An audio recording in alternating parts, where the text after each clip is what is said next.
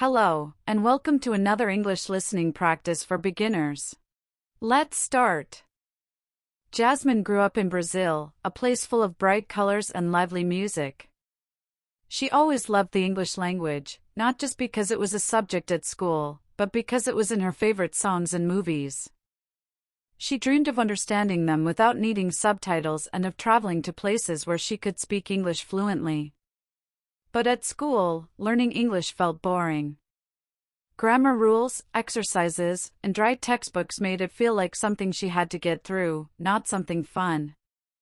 She couldn't connect with it, and speaking English felt far from her lively personality. Then she discovered YouTube.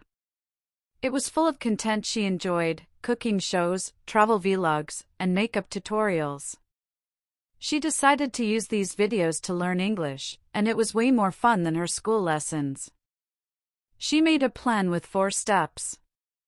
First, she'd watch a video without subtitles, trying to understand as much as she could.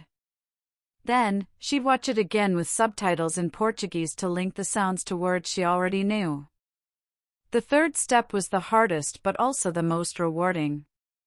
She'd pause the video and write down any words she didn't know, look them up in a dictionary, and add them to a notebook. It became her little treasure chest of new English words. She'd repeat the process until she understood everything in the video. But Jasmine didn't stop there. She knew understanding wasn't enough, she needed to speak. So, she started mimicking the speaker's words and tone in a method called shadowing. She'd play a short clip, then repeat it, copying the pronunciation and rhythm. At first, it felt strange, and she had trouble with some sounds. To practice, she'd stand in front of a mirror, watching her mouth form the words and trying to sound like the native speakers. It felt silly, but she didn't give up. Some days, learning was tough. There were videos with fast speakers or strong accents, and it was easy to feel discouraged. Sometimes, she couldn't understand a video at all. Her shadowing practice would leave her frustrated. But Jasmine was determined. She'd take a break, watch an easier video to boost her confidence, and then try again. She never gave up. Little by little, things began to click. The sounds she once couldn't understand became clear words. Her shadowing skills improved, and soon she was laughing at jokes and following stories without needing subtitles. Her confidence grew, and she realized she wasn't just learning a language, she was connecting with a community. She started leaving comments on videos. First, short ones, then longer ones. She met other people learning English too and began chatting with them. These online friendships soon led to real-life meetups. One day, Jasmine sat in a cafe, sipping coffee, talking with other English learners. They shared struggles and celebrated their wins. One of the new friends, Mateo, asked, "Your English is great, almost like you've been learning it forever. How did you do it?" Jasmine smiled. "Thanks. Actually, I hated it at school. It was so boring," she laughed. "But I learned on YouTube." "On YouTube? How does that work?" Mateo asked, curious. Jasmine explained, "I watch a video first without subtitles to catch what I can. Then, I watch it again with Portuguese subtitles. After that, I write down any new words in a notebook and look them up. It helps me understand the video fully."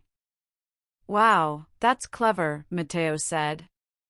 "But speaking is still hard for me." Jasmine pointed to her notebook. "That's where my secret trick comes in.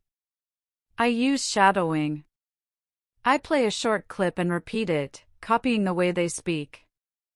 It felt weird at first, practicing in front of a mirror, but it really helped." Mateo was impressed.